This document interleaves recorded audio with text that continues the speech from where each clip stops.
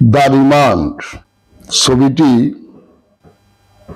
আমাদের জুলাই গণ অভ্যুত্থানকে বেসড করে জুলাই গণ অভ্যুত্থানের যে ঘটনাবলী সমস্ত ঘটনাবলীকে সন্নিবেশিত করে একটি সঠিক তথ্যভিত্তিক এবং বাস্তব ঘটনার আলোকে দ্য রিমান্ড তৈরি হয়েছে। আমি এবং বাংলাদেশে জুলাই গণ অভ্যুত্থান নিয়ে এটি প্রথম চলচ্চিত্র। এই চলচ্চিত্র নির্মাণকালীন সময়ে আমরা বিগত 4 মাস 5 মাস সময় দিনে রাতে 18 ঘন্টা কাজ করে আমরা এই ছবিটা নির্মাণ করেছি।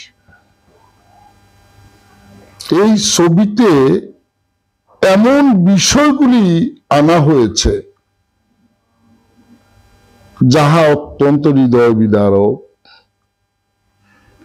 এবং যেই সন্ত্রাসী কর্মকাণ্ড ঘটেছে, যে হাজার হাজার মানুষকে কিভাবে গুলি করেছে, কিভাবে মেরেছে, কিভাবে ছোট শিশুদেরকে আহত নিহত করেছে, সমস্ত জনগোষ্ঠীকে কিভাবে একটা প্যানিক অবস্থার মধ্যে, ভীতিকর অবস্থার মধ্যে নিয়ে গেছে, এই টোটাল বিষয়টিকে আমরা তুলে আনার চেষ্টা করেছি রিমান্ড চলচ্চিত্রের মধ্য দিয়ে।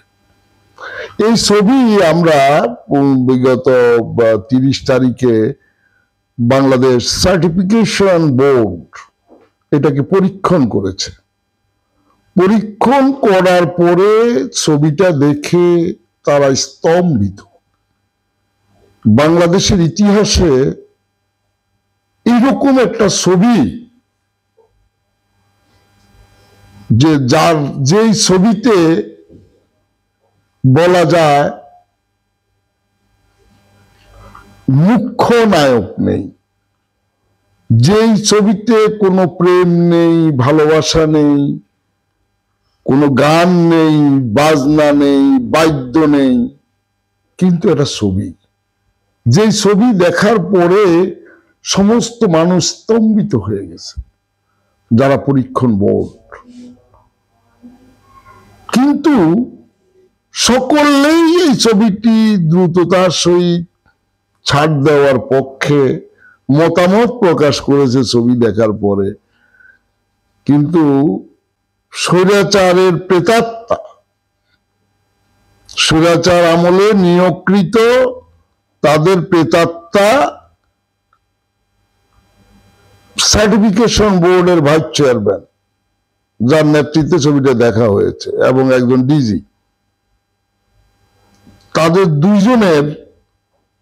তারা দুইজন পরিকল্পিতভাবে আমি মনে করি এই ছবিটি যেন প্রকাশ না পায় এইরকম একটা অবস্থান তারা নিয়েছে। তাদের সাথে যোগ হয়েছে সংস্কৃতি উপদেষ্টা ফারুকী, তাদের সাথে যোগ হয়েছে। এই ত্রিচক্র মিলে তাদের উদ্দেশ্য এবং লক্ষ্য হচ্ছে তারা অনুদানের ভিত্তিতে আরো 10-20টা ছবি বানাবে। তারা এবং ফারুকী নিজে একটা ছবি বানাবে এই জুলাই আন্দোলন নিয়ে। এখন প্রথম চলচ্চিত্রটি যদি মাঠে চলে আসে, মানুষের সামনে চলে আসে, তাহলে তাদের ছবিগুলি পরবর্তীতে যেগুলি বানাবে ওগুলি ফ্লপ করতে পারে। এই কারণে উদ্দেশ্যমূলকভাবে তারা আমার ছবিটিকে আটকিয়ে রেখেছে ফারুকীর প্রভাব প্রতিপত্তি দিয়ে। এবং আমরা এই ছবি বিষয়ে ছবির দ্বিতীয়টা তৈরি করার জন্য আমরা বাংলা একাডেমিতে দেশের বরেণ্য রাজনীতিবিদ, শিল্পী, সাহিত্যিক এবং যারা আন্দোলনের অংশীজন তাদেরকে সহ একটা ফ্যাসিজম মুক্ত বাংলাদেশে স্বাধীন শিল্প, সাহিত্য, সংস্কৃতি চর্চার যায় কিনা এই বিষয়ে একটা আলোচনা সভার আয়োজন করেছি। ফারুকী তার বাংলা একাডেমির ডিজিকে দিয়ে সে আমাদের সভাস্থলে আমাদের ওই হল সে বরাদ্দ বাতিল করিয়েছে এবং তারা ওখানে আমাদেরকে আলোচনা সভা করতে দেয় নাই, এবং রিমান্ড দ্বিতীয় পর্ব নিয়ে আমরা যে তাদের পরামর্শ নেব, আলোচনা করব, সেই সুযোগ আমাদেরকে দেয় নাই। এই হলো বাংলাদেশে প্যাসিজম মুক্ত বাংলাদেশে স্বাধীনভাবে শিল্প, সাহিত্য, সংস্কৃতি চর্চা করা যায় না। ফারুকীর মতো উপদেষ্টা যখন সংস্কৃতি উপদেষ্টা থাকে তখন এইটা চর্চা করা যায় না। আপনাকে ধন্যবাদ।